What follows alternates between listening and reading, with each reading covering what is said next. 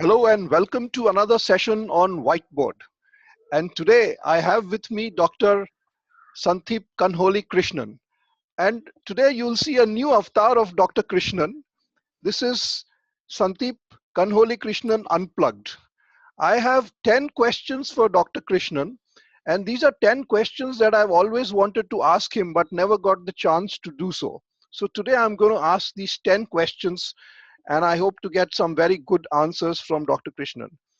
So Sandeep, if you remember some months back, you had told me out of the blue that I'm a Bharni Nakshatra. And I have nothing in Bharni. I have nothing to the left of Bharni. I have nothing to the right of Bharni. So even if my birth time were wrong, I would still have nothing in Bharni. But you said I'm a Bharni Nakshatra. I said, no, I'm not a Bharni Nakshatra. I'm some other Nakshatra. He said, you go and check.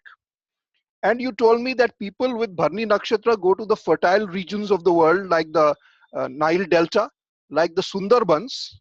And I said, wow, I've been to the Sundarbans and I have lived in the Gangetic Plains, which is one of India's most fertile regions. I've been to the Dakshineshwar temple, which you said Bharni Nakshatra natives go. And I could correlate many traits of Bharni Nakshatra, in my personality. And I said, wow, I have nothing in Bharni. And he's saying, I'm a Bharni Nakshatra, and I think I'm a Bharni Nakshatra. So how did you come to that conclusion without looking at my chart, without knowing anything about me? Right. Bharatji, the first thing is that, we were students of Dr. Arjun Pais, just to help the viewers to get some context. And then we were practicing Nakshatra awareness exercises. We were regular, we were posting on Facebook and going through it. And then it's out of the blue, you're the first person who sparked out this research for me, this research idea, I would say. Okay. I was just curious if the sound of the nakshatra itself carried the energy of the nakshatra. And what led for me initially with this idea was that the name Bharat is the name of Lord Sri Ram's younger brother. Okay. And then Bharni Nakshatra has this Saturn being debilitated happening in in that night. So that Saturn, so it's sort of Saturn is the natural 11th house of elder sibling. It's the natural karka for elder sibling, even you could say. And what was interesting is that Bharat in Ramayana was actually worshipping Lord Rama. So there was this connection with elding and things like that was happening. Okay. Just by Bharat. And so Bharni Nakshatra, you know that Shani is actually the elder brother of Yama, or vice versa, however you want to look at that. So there is this elder brother connecting between Yama and Shani. Okay. So then it's part of this idea that, okay, perhaps the name of the nakshatra alone would be carrying this energy of the nakshatra. And you have the same name Bharat. And just like Bharat in Lord Ram's Ramayana epic, he was separated from his elder. And that is, I remember, that was one of the first things I asked you. Did you have any separation from your elder brother? Yeah, and, that's right. or if you, that's right. And then the rest of the Bharni Nakshatra traits, which is connected with the Bharni Nakshatra, so Sundarbans is one of the most fertile regions of the entire world. And then you have the Egypt as well. So probably at some point you might go to Egypt. Who knows? So I'm really looking forward to going to Egypt. I've not been to Egypt, but Dakshineshwar temple, yes. I've lived in the Gangetic Plains of the northern India, which is a very, very fertile region of India. I've lived there. And Sundarbans, yes. And I have many other traits of Bharni Nakshatra, except a few, thankfully, which I don't want to have. Right. So, it's good not to have all the traits of some nakshatras. That's very good, Sandeep. Just how the sound of the name can bring the influence of the nakshatra is fantastic. The second question I want to ask you, Sandeep, is, you have always talked about the opposite nakshatra to any nakshatra being important. Now, what do you mean that the opposite nakshatra is important, and how can this be used in a practical way? Right. This is one of the things that was constantly coming up in my research, So I just couldn't avoid looking at the traits of the opposite nakshatra Okay. within the original nakshatra itself. For instance, what was happening was that I was looking at Swati. Swati is connected with Vayu, and Okay. Vayu Putra is Hanuman. So you can correlate stories of Hanuman with Swati nakshatra natives. But then if you look at the overarching story of Hanuman, is Uh-huh. that Hanuman had his karma and so with Sugriva and Bali, I believe, in Okay. Ramayana. Yes. So, and if you think about them, it's like the two brothers, so basically, Hanuman's karma with two brothers. Mm-hmm. And one of the prominent nakshatras which had characteristics of two brothers is Ashwini nakshatra, which is Ashwini Kumars, Yeah. the deity being. And then, so Swati nakshatra is opposite to Ashwini Kumars. And then you have this. Oh, Then okay. immediately I was thinking that it was this idea that Hanuman had his karma with Sugriva and Bali, and not Correct. only that, he came in between Sugriva and Bali, and he separated between the two. Okay. And how did he separate? He played out, or he helped out with Lord Ram with Bali, and that helped things out. Furthermore, if you think the entire Ramayana, Hanuman is also dealing with two more brothers. He's dealing with Lord Ram and Lakan, right? Lakshman. Yeah. Yeah. So Yeah. That's you right. have this Ashwini Nakshatra theme coming out, and then that Hanuman helped out in bringing a herb. Helped out in bringing Yeah. the entire Yeah. mountain Yeah. Yeah. to help out Lord, Lakshman, and so there was things like that which I couldn't avoid, and I just kept on looking at that same pattern of looking at the one nakshatra and looking at the two nakshatras that are direct opposite to it. And interestingly, you are able to see many other kinds of traits play out. So, for instance, Punarvasu opposite to Purvashada nakshatra. So Okay. Punarvasu nakshatra is the nakshatra where things repeat, begin Yeah. again. Correct. Whereas Purvashada, you have the winnowing basket, and if you look at the action of a winnowing basket, it is repetitive motion. So Oh. these natives will go thinking or editing. They are girls of books, they'll and Purvashada again, it's connected with war. So there is this war theme going on, and in war you have to fight repeated battles. Oh. So that is the so this is something that came up constantly, and the only logical explanation I could uh, find for such a connection is that one of the explanations, according to me, is that the first house is yourself, and the seventh house represents completion of that of yourself. So that is one way to look at that. So it's completion of the desire karma. So then, so it's as if the nakshatra, even at the nakshatra level, Mm-hmm. you can connect the first house nakshatras with the house nakshatras, Mm-hmm. sort of as a way to complete the desire of that original nakshatra. So that is one way to just simply look at that. But then, of course, if you bring in the Navtara angle, then you might get more answers to it. So that is also.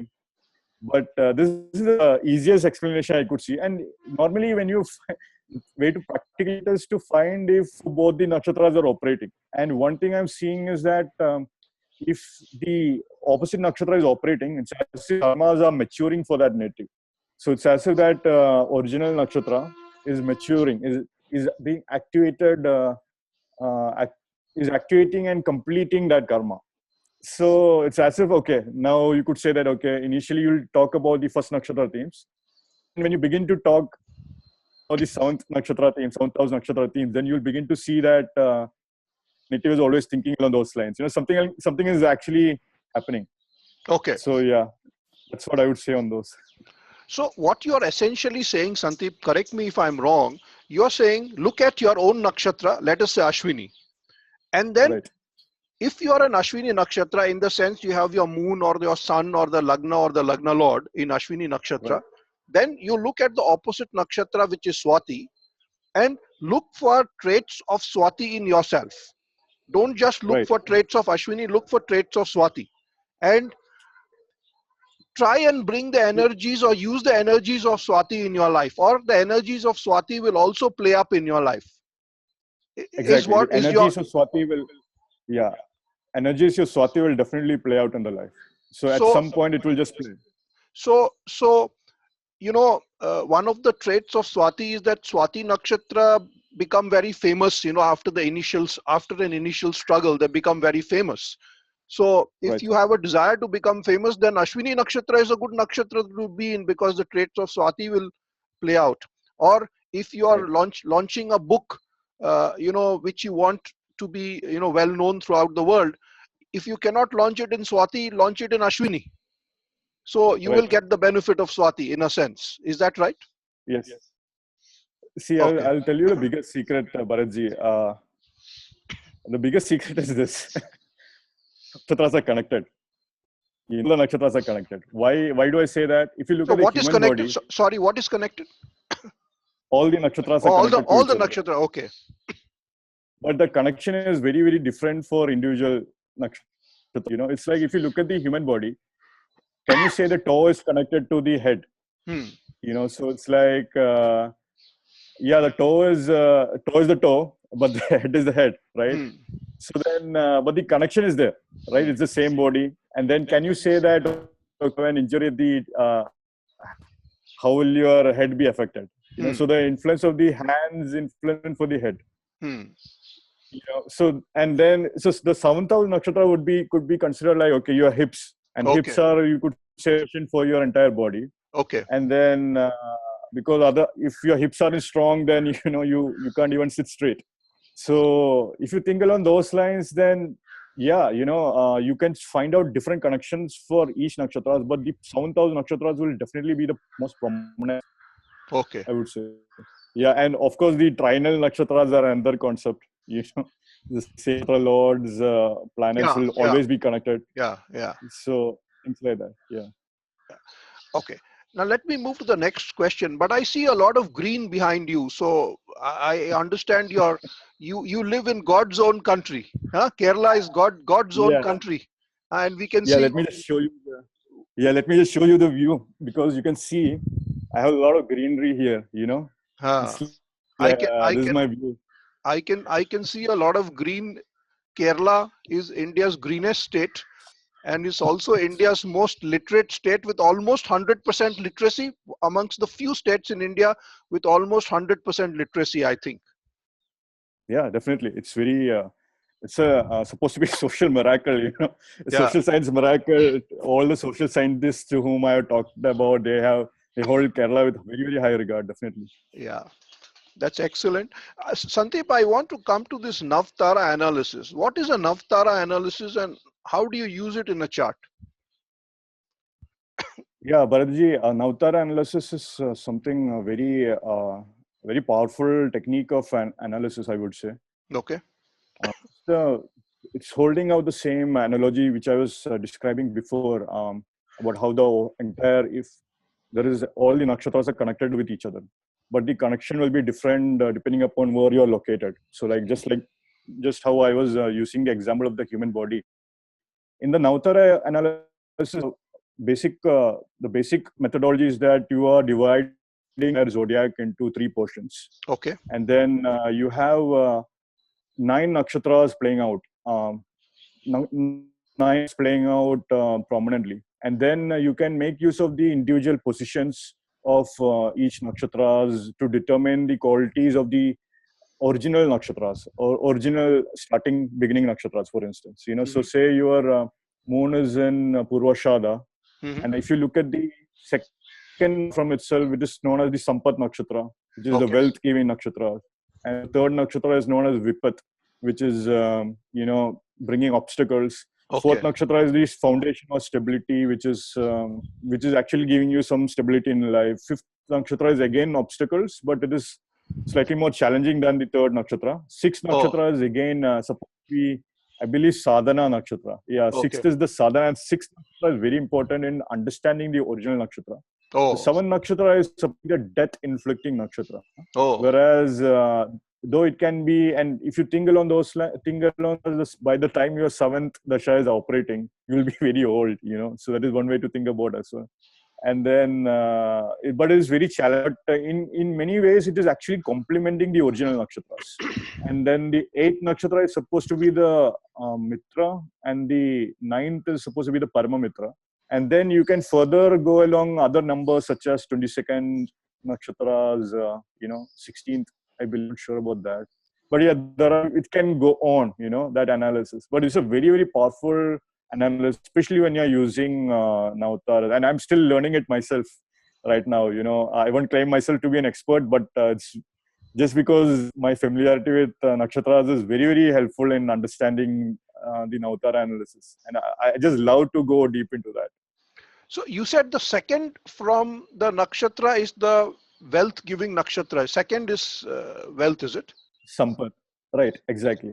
So Yeah, sampat is like sampati, in Hindi, sampati is your wealth or your possessions. right.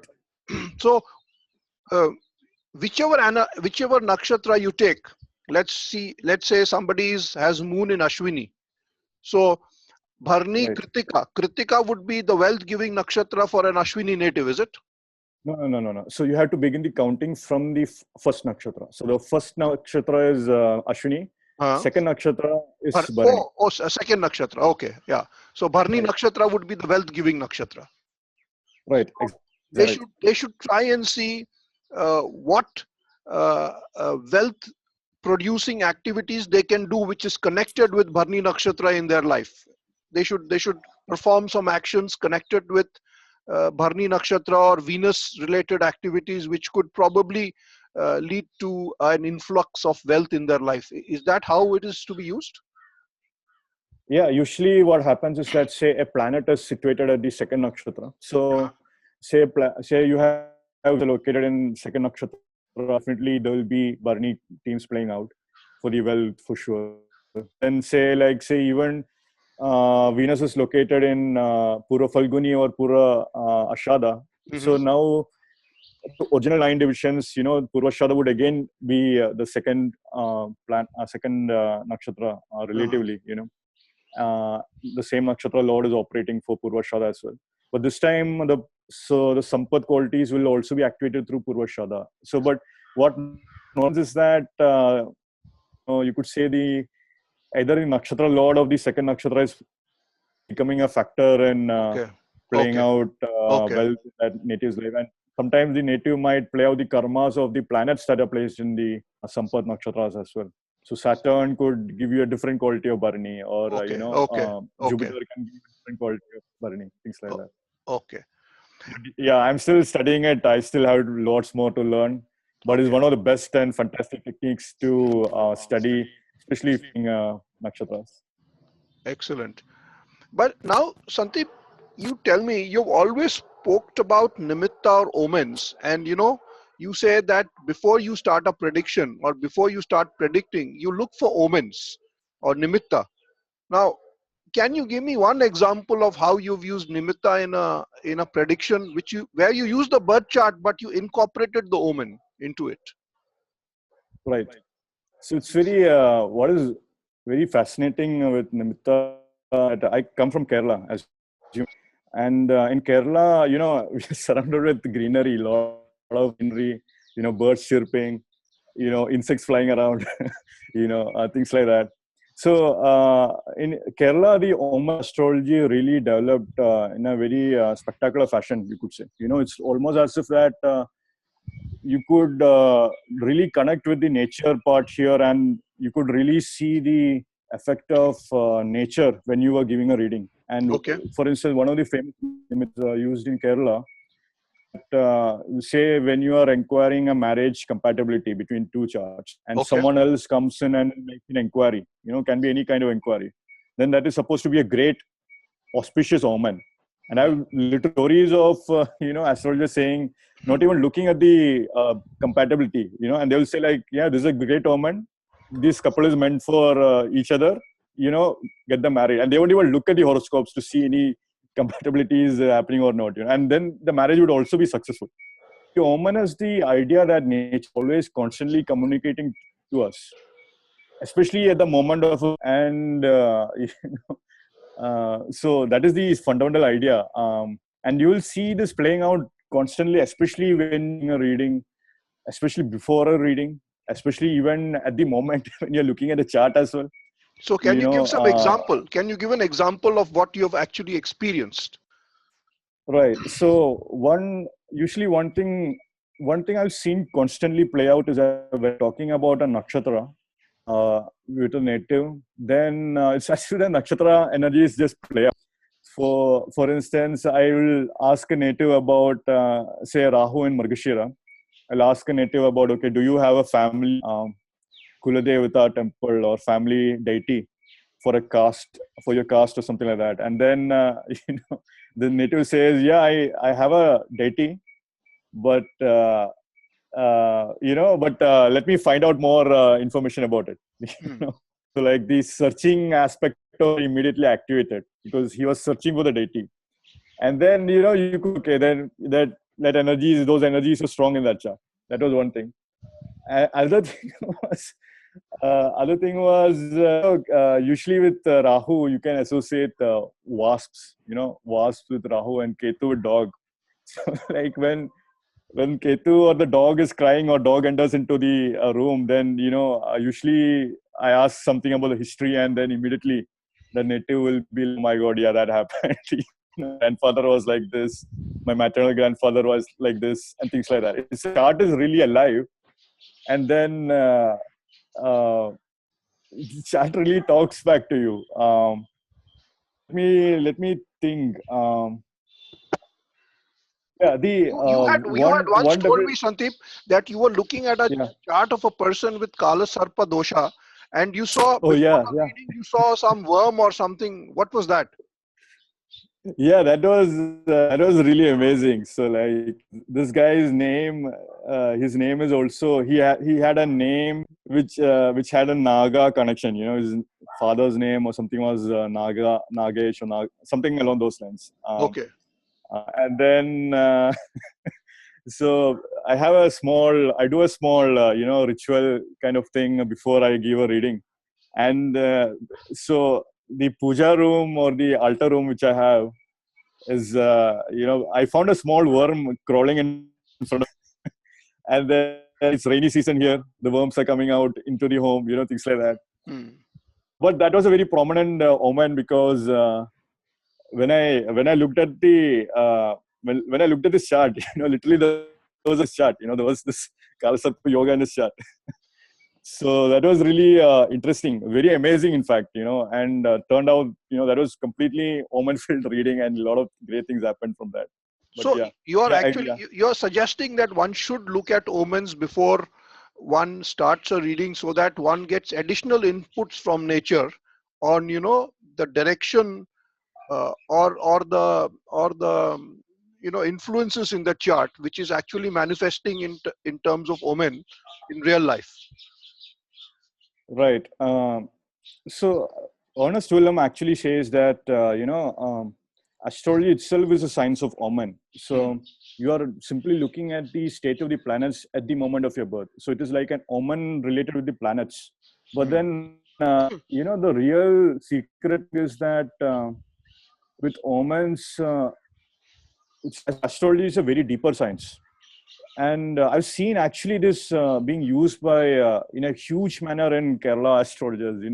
There is this famous Swarna Prashna thing that happens, Hmm. like where three astrologers are sitting together and trying to predict the past, present, and future of a particular family based on a simple Prashna chart, based on a gold coin Prashna chart that was created by a small boy or girl. Then the astrologer will quote a planetary, and then someone in the crowd will move. Say, in fact, this uh, I attended one recently, and then in the crowd, my mother actually got a phone call, and she came out of the crowd to the front, and she moved to the left, which was the northern direction, and he was looking at one particular planetary position, and he just simply said out. So they were inquiring about a brother that was lost, a brother that didn't come back, and Okay. then he simply said he went to a city that is in the northern direction, and he went there because of a woman, based Okay. on the omen that. But see, he didn't. No one observed this, because I was a student of astrology. I was observing this, why, and how that was happening, and this is something that profoundly stuck with me for a long, long time. And ever since then, uh, that has helped me understand astrology in the sense that astrology is this study of hologram, really.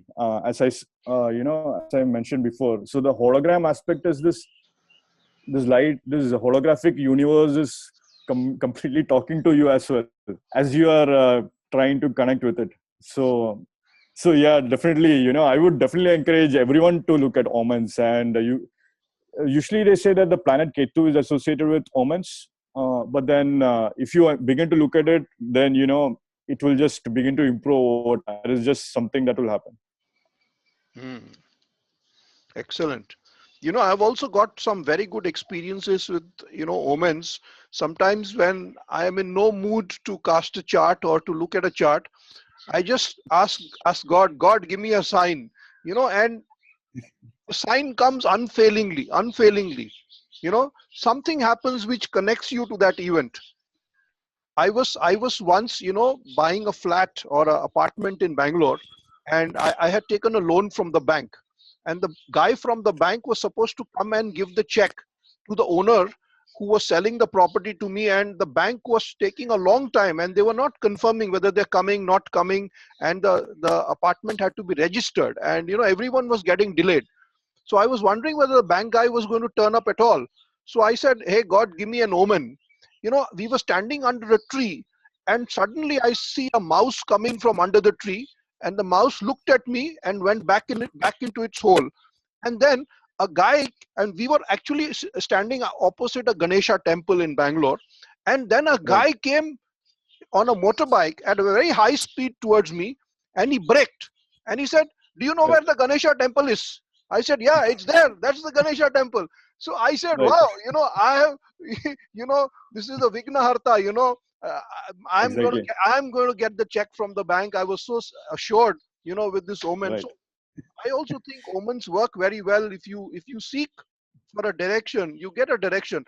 But omen does not, in my opinion, always give you a positive. It can be negative also, that the event might not be to your liking. Yeah. So Yes, I think definitely. that's very, very good. But Sandeep, I really want to ask you, some nakshatras are forward looking, some are upward looking, and some are downward looking. So all 27 nakshatras are one of these three: forward, upward, and downward. Now, Right. how do you use this in a prediction? How do you, put it, incorporate the the direction? Yeah. One thing I've heard about this upward looking, forward looking, and downward looking nakshatras is that the primary activity of the planet associated with that nakshatra is would make your eyes look in an upward manner, or in a downward manner, or in a forward manner. Okay. So it is as if that say a painter, he if he was doing, an ordinary person who is painting the house is looking up, so it's like he's always looking up for his job. And Hmm. then but same painter, and the painter, say a landscape painter, like he's at Okay. the top of a mountain, and Okay. then he's trying to do the landscape. You will either have to be forward, or he will have to be looking downward, so Hmm. towards, so as to make the landscape painting, his eyes are constantly looking downward. So Correct. it is that is one way to look at that. But then one deeper thing which I'm not sure what to make sure of, something I'm thinking about, is that if you look at even if you look at a wave, right? So there is a wave in which the initial portion is the upward moment of the wave. Then you have the leveler version, which is the flatter, the topper part, and then you have the downward motion of the wave. Hmm. So I'm thinking there is some kind of connection there as well, but that's something I'm contemplating on right now. I'm not really sure. Probably there is something that could act out there. Okay. Sandeep, if I tell somebody in South India that you are born, your nakshatra is Arudra, or if I tell them your nakshatra is Maga, they get very upset. They say, no, no, that is not possible. I know for sure that I am not Arudra. And if I say no, you see, you look at this Jagannath Hora or Parashara light, you are Arudra, or they get very, very upset. What is that which upsets people, especially in India, about Arudra and Maga? What is about Arudra and Maga which is so upsetting? So Ardra, nakshatra is one of the most intense nakshatras I was seeing. And the connection with Ardra is that they have very, it's connected with Rudra as well. So the deity here is Rudra, or it was, it was Shiva, right? Hmm. Lord Shiva, the god of Hmm. storms. Hmm. So these natives will have a very stormy nature. They will be very violent like Shiva, as you could say. And then Maga, it is connected with the Pitris. So there is a Okay. lot of past life karma also with this particular placement. Any Okay. planet placed there will definitely have a past life connotation bringing into it. So it is make further more intense, So I understand why people are not so happy with that, especially with these two nakshatras, especially with Ardha being ruled by Rahu and Magha being ruled by Ketu. So there is this natural connection that these planets are planets, But then for a nakshatra student, the nakshatras are one and the same. So, but yeah, that's something, I haven't, you could say that I haven't held that attitude, but yeah, I can understand why people would say that based on these reasonings, simple reasonings. I'm curious. What do you think? What do you think, Bharatji? What do you think people No, are you more see, you upset see, about? uh, people are upset because these are very fierce nakshatras. Okay, I think. Right, Uh, you know, they think that the life of a Arudra native or a life of a Maga native is never good. That is the perception. Okay, but right, I tell people, let's say Arudra, I say you will have you will be an unconventional person. You know, right, today in this world there is no premium for somebody who blends with the crowd. You see, unless you are right, standing out, unless you're unconventional, you don't even have, unless your thinking is unconventional. You see, if in order to make any progress in life, you cannot have standard linear thinking. You have to have a non-linear kind of thinking. You have to have disruptive thinking. So I say, right, if you are Arudra, means you are a very disruptive person. This disruptive person need not be disruptive in the terms of destroying things, but he may have a right, disruptive line of thinking, which is very essential for success. If you think right. like everyone else, then what is the value you are bringing on the table? Nothing. Even if you join, Exactly, if you definitely. if you join a company, the company is looking for unconventional ideas to grow their business. If you are an Right, Arudra native, you will bring the unconventional idea on the table. So I think an Arudra native is a very valuable native. So what if he is a little tempestuous? He may get angry a bit. Let him get angry a bit. As long as he brings value on the table, I think the right, unconventional thinking of a Arudra native to me is very important. See, Maga connected with the Pitris. I don't know. right, Maybe their entire personality is driven by some genetic code, which comes right, from a lineage. Maybe right, maybe your forefathers, parents, great grandparents, and all those people have been very good at some particular skill. Maybe you will get right, those skills right. genetically. Yeah, So definitely, definitely. so if you get genetic skills which makes the learning of a subject very easy because it is genetically coded in you, I think is a great trait, Yeah, definitely. especially in a subject like astrology where it takes more than one lifetime to achieve some degree of proficiency. And if you are a Maga and you're interested in astrology and that astrology is genetically coded in you, I think it is Right. very good. Yeah. So Yeah. I think there is nothing wrong, but people are completely, at least in South India, unwilling to accept that they are a Maga. In fact, when they marry, they give one nakshatra earlier or later. They never admit that they are they are Arudra or Maga nakshatra. So anyone who marries anyone in South India who is one nakshatra forward or backward to Arudra and Maga must double check, because it could be wrong. It could be wrong. Yeah, potentially, yeah. But yeah, definitely, what you said about genetics is also very true. I've seen that literally. Literally, like many astrologers say that astrology is in your blood, Hmm.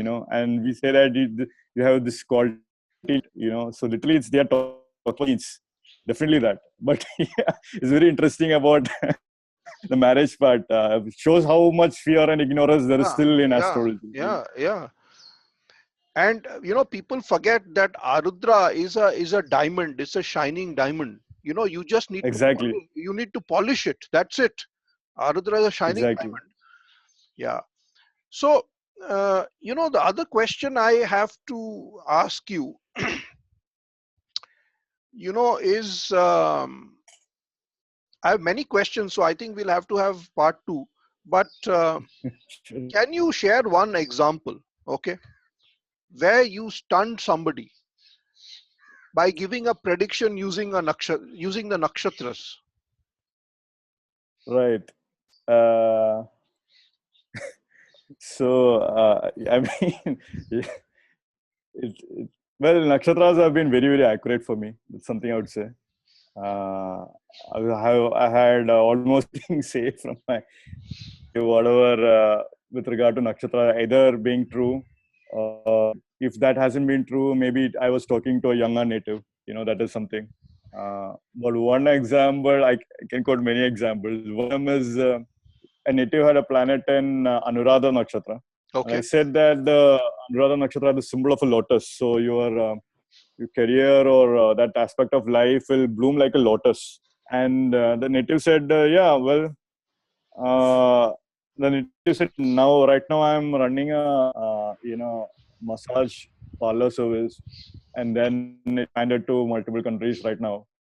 And, but then I asked, like, I said that what about this particular what about this particular dasha when that Anuradha Nakshatra was activated, Hmm. and then the native basically said, there was my career was horrible during that time. But Hmm. then I asked, there should be some kind of lotus connection in your Hmm. career. Then Hmm. Hmm. Hmm. some kind of lotus connection should be there. Hmm. So the native then said, you know what? Actually, you are right. My first ever massage parlor, which I made, was actually called Lotus Parlor. You know, Oh. so yeah, it was as strong as that. And then and then there was another connection with a native with Puro Falguni.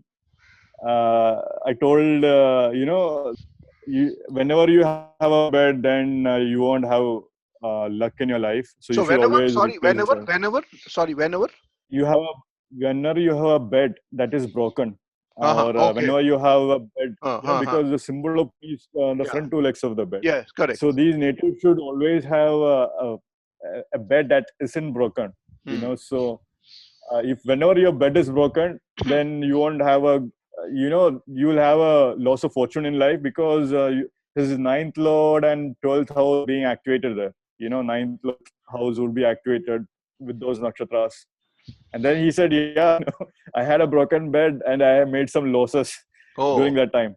I didn't think. I was in Africa, and I was, I lended out some money back, things like that. So yeah, nakshatras play out in very interesting fashions, but definitely it's you have to dig deeper, and it's still something I'm still studying myself. So yeah. Sandeep, once the mother of a child who's about, let's say, about 14 or 15, the boy is about 14 or 15, and he was doing, Right. he had his moon in Anuradha Nakshatra. Moon in Anuradha is debilitated, is it? Moon in Anuradha, Moon in Scorpio is debilitated. debilitated, Moon yeah. is exact debilitation is Vishaka Nakshatra at Vishaka. 3 degree. But then, So it's yeah, close to debilitation, I think. So, right, the mother said, my son is doing very badly in studies. So right, I said, so is the boy wavering in nature? So debilitated right, moon, wavering in nature. right, Yeah, she said, he cannot put his mind to anything. He is completely right, unfocused and he's doing badly in school. So she said, right, you give me a remedy. So right, I don't give remedies. So, right, but she said, no, you have to give me, because his class 10 exam, or the first level of public exam is coming up. And if he does badly, right, and this was only about 3-4 months before the exam, if he does badly and with his unfocused approach, he is going to be in big trouble, because he'll not get admission into the next level. So right, I said, the opposite of Anuradha is Kritika. So I said, Right. you let him cut one piece of Right. vegetable every day. Let him, before he goes Wow. to school, let him cut one piece of vegetable every day, whether it be a carrot or a cucumber or a spinach. But every day, before going to school, he must cut one piece of vegetable. And Right. I got a shock of my life when the mother called and he's passed with flying colors. Flying colors. Wow. That's So, amazing. so the cutting actually gave him focus. You know, Right. you've got to be quite focused when you're cutting. So I think in just 3 or 4 months, he developed a lot of focus. And she now says that he studies on his own. He plans his own timetable. He plans his own schedule.